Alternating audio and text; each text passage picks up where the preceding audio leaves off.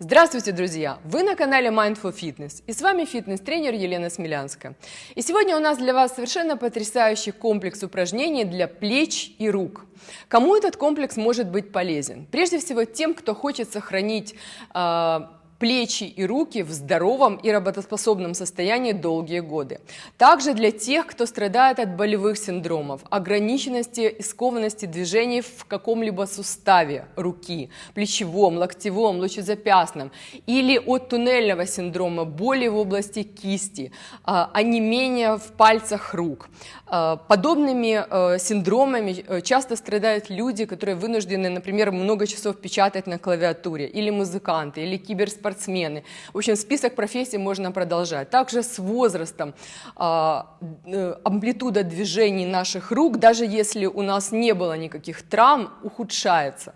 И наш сегодняшний комплекс направлен именно на устранение причин возникновения проблем с работой наших плеч и рук. Комплекс будет построен таким образом, что мы сначала будем разминаться, и каждое движение нашей разминки будет не случайно. Оно будет подготавливать наши плечи и руки к основной работе. А также в конце у нас будут очень интересные упражнения для плечевых суставов, которые вы просто не можете пропустить. Так что присоединяйтесь и будем выполнять наш комплекс вместе. Итак, мы начинаем наш комплекс с первого движения разминки. Это будет спиральная волна. Я запускаю эту волну, как обычно, от толчка стопами о землю, дальше через все суставы ног.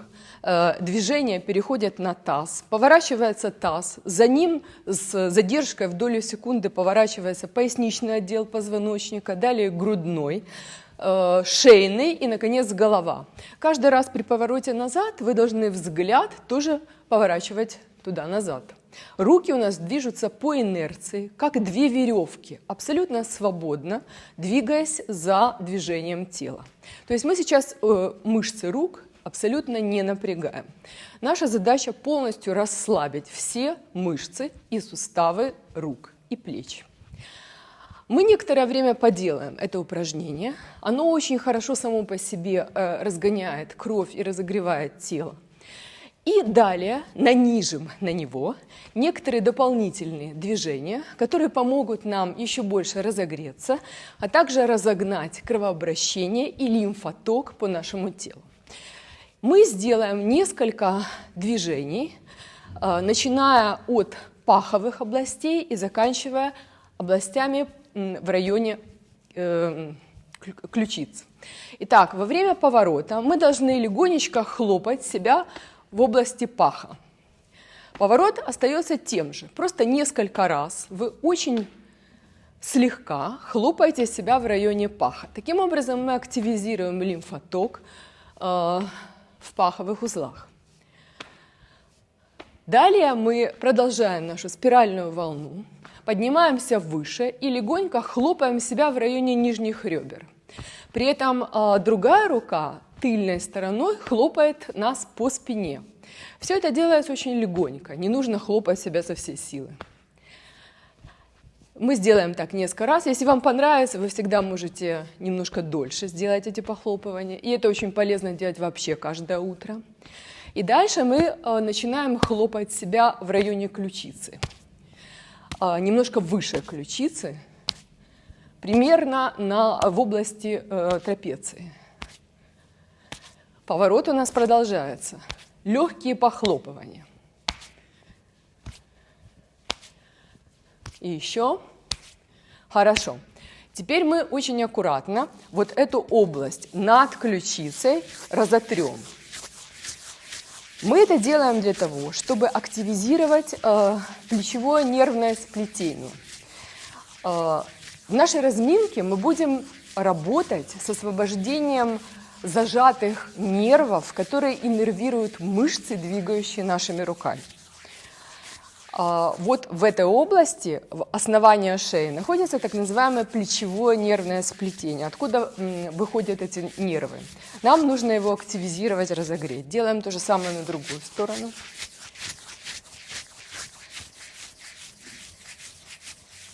Есть. Теперь еще разминочное движение, очень важное. Мы поворачиваем руку внутренней поверхностью к себе. У нас уже такие движения были. Мы должны очень легонько похлопывать, начиная от плечевого сустава вниз до кисти, руку. И вверх по внешней стороне, заходя на область трапеции к основанию шеи. Дальше опять вниз. По внешней стороне вверх заходим на область трапеции и опять вниз. И вверх. Зашли на область трапеции. 3 раза. Теперь другая рука. Прохлопываем. Зашли на область трапеции. Не забывайте прохлопывать и кисть тоже. Там нужно делать 3 раза. Я думаю, что 3 раза я сделала. И тоже зашли на основание шеи. Итак, теперь мы переходим к самому основному, основным лечебным упражнениям нашего комплекса. Это, ну, как бриллиант нашего комплекса. Будет 4 упражнения. Сначала мы будем выполнять их на правой руке. Я вам очень рекомендую до начала выполнения этих упражнений сделать тестовые движения. Сделать то движение рукой или плечом, которое у вас хуже всего получается. У каждого свое. Кто-то не может высоко руку поднять, кто-то не может ее отвести в сторону, кто-то не может повернуть вот так вот. У каждого свое. Сделайте какое-то тестовое движение. После выполнения комплекса вы его потом повторите и посмотрите, что изменилось. Итак, первое движение. Первое движение у нас будет направлено на освобождение так называемого серединного нерва, который в основном зажатость его вызывает и туннельный синдром, в частности. Итак, вот наша рука. Мы работаем сейчас с правой рукой. Мы расставили пальцы в сторону, кисть. Дальше. Мы опускаем плечо вниз, отводим его назад, удлиняя область плеча. Дальше мы кисть максимально отводим вот так вот назад. И немножечко отводим эту руку в сторону. Голову наклоняем в противоположную сторону, для того, чтобы максимально удлинить вот эту вот область. И уже у многих людей могут возникнуть такие немножко странные покалывающие движения в большом пальце, в указательном и в среднем. Потому что этот нерв как раз иннервирует вот эти вот пальцы в том числе.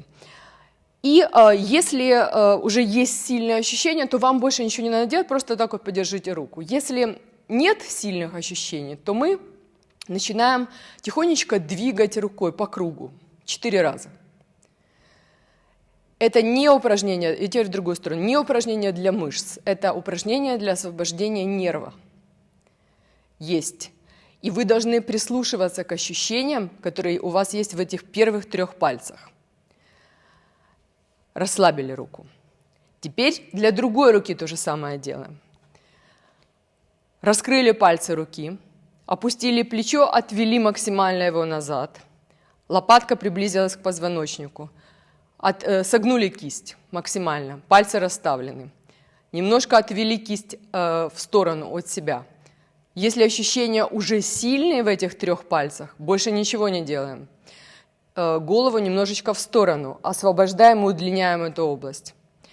Если ощущения слабые, примерно на 3 по 10-бальной шкале, то делаем еще такие вращательные движения 4 раза 5 в одну сторону и 4 раза или 5 в другую сторону.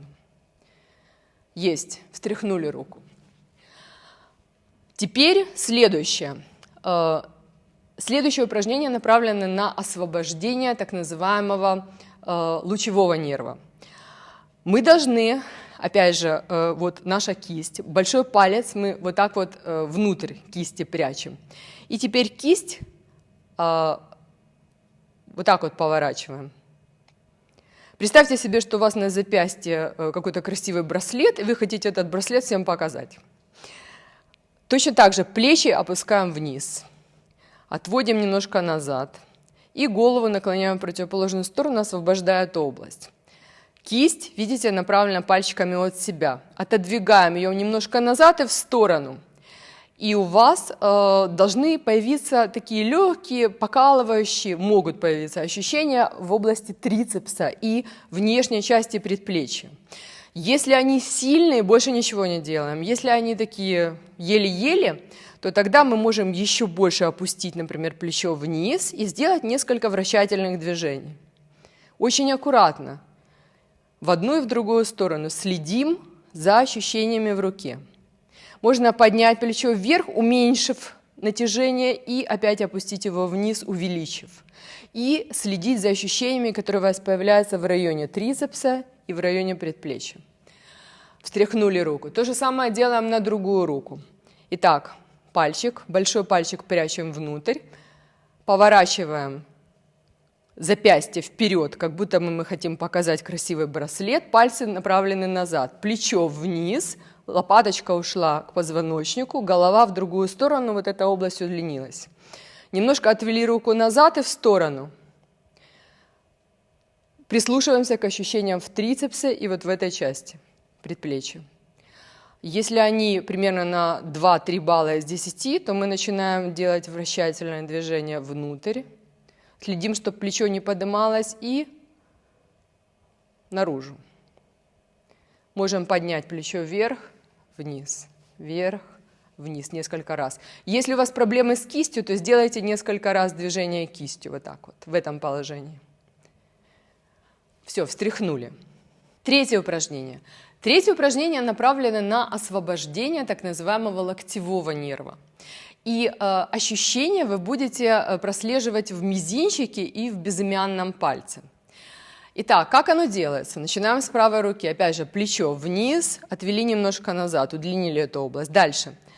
Раскрываем пальцы, отводим, опять же, кисть назад. Теперь мы сгибаем локоть максимально, как будто бы мы пытаемся зажать, например, мячик теннисный вот в районе локтя, да? Поднимаем руку, локоть на уровень плеча приблизительно и отводим локоть в сторону. А теперь самое интересное, смотрите, кисть поворачивается большим пальцем вперед. Вот как будто мы закручиваем что-то, поворачиваем большим пальцем вперед. И вот в этом положении появляются легкие, ну, в зависимости от того, есть ли у вас проблемы, или легкие, или сильные ощущения в мизинце и безымянном пальце. Итак, мы несколько раз, вот мы отвернули руку, ослабили натяжение, повернули руку, усилили натяжение. Вот так вот несколько раз сделали. Могут появиться такие покалывания, ну, в общем, такие странные ощущения. И это хорошо, но они не должны быть очень сильными. Теперь, если ваши ощущения на 3 по 10-бальной шкале не сильнее, тогда мы сделаем еще несколько вот таких вот поворотов локтем в одну сторону и в другую сторону. Вот я сейчас чувствую такие легкие, покалывающие, такие интересные ощущения в области мизинца. И вот это упражнение номер 1 для тех, у кого проблемы, вот туннельный синдром и проблемы с тем, что руки затекают во время печатания на компьютере. В общем, его нужно выполнять регулярно тем, кто долго печатает на клавиатуре. Теперь делаем то же самое на другую руку. Итак, плечо опустили вниз, отвели немножко назад, удлинили вот эту область. Итак, растопырили пальцы, отогнули кисть, согнули локоть, подняли локоть на уровень плеча, отвели в сторону и развернули большим пальцем внутрь, вперед. И прислушиваемся к ощущениям мизинца в безымянном пальце. Теперь мы немножко ослабили натяжение, усилили. Ослабили, усилили. Сделаем так несколько раз. Прислушивайтесь к ощущениям, не делайте себе больно. Очень полезное упражнение. И теперь, если ощущения на 3 по 10-бальной шкале не больше, мы можем еще несколько раз повращать локтем внутрь и наружу. Не забывайте, что вот этот поворот кисти здесь играет ключевую роль. Встряхнули. Отлично. И, наконец, 4 упражнение для каждой руки. Оно направлено на освобождение так называемого надлопаточного нерва. И ощущения вы будете испытывать в области над лопаткой. Итак, что нужно для этого сделать? Рука просто свободно Вот ладонь у вас обращена к телу, свободно висит. Теперь мы сгибаем руку. Раз, подняли вверх, наклонили вперед. Кисть свободна, не надо ее напрягать. Теперь мы немножко локоть заводим к центральной линии нашего корпуса и придерживаем локоть рукой другой, кистью другой руки. Теперь мы опускаем плечо вниз и лопатку подводим к позвоночнику. И голову мы наклоняем немножко в другую сторону и чуть-чуть по диагонали носом вниз. И вот в этой позе вы должны почувствовать натяжение вот в той области, вот здесь вот, чуть-чуть выше лопатки. То есть, с одной стороны, вы немножко натягиваете локоть к центру, с другой стороны, вы головой опускаетесь по диагонали вниз. Подержали так некоторое время, почувствовали это натяжение и расслабились, встряхнули.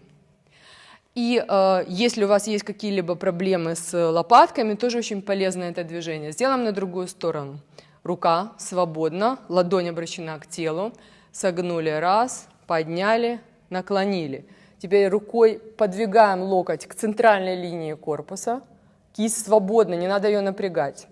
Теперь мы опускаем плечо, отводим немножко назад лопатку, приближаем ее к позвоночнику.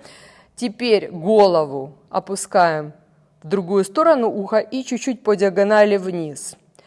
Вы должны чувствовать сильное натяжение в области трапеции и чуть-чуть ниже ее, над лопаткой.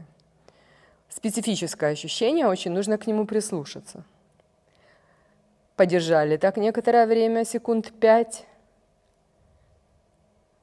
Чуть-чуть ниже еще плечо опустили и расслабились, встряхнули.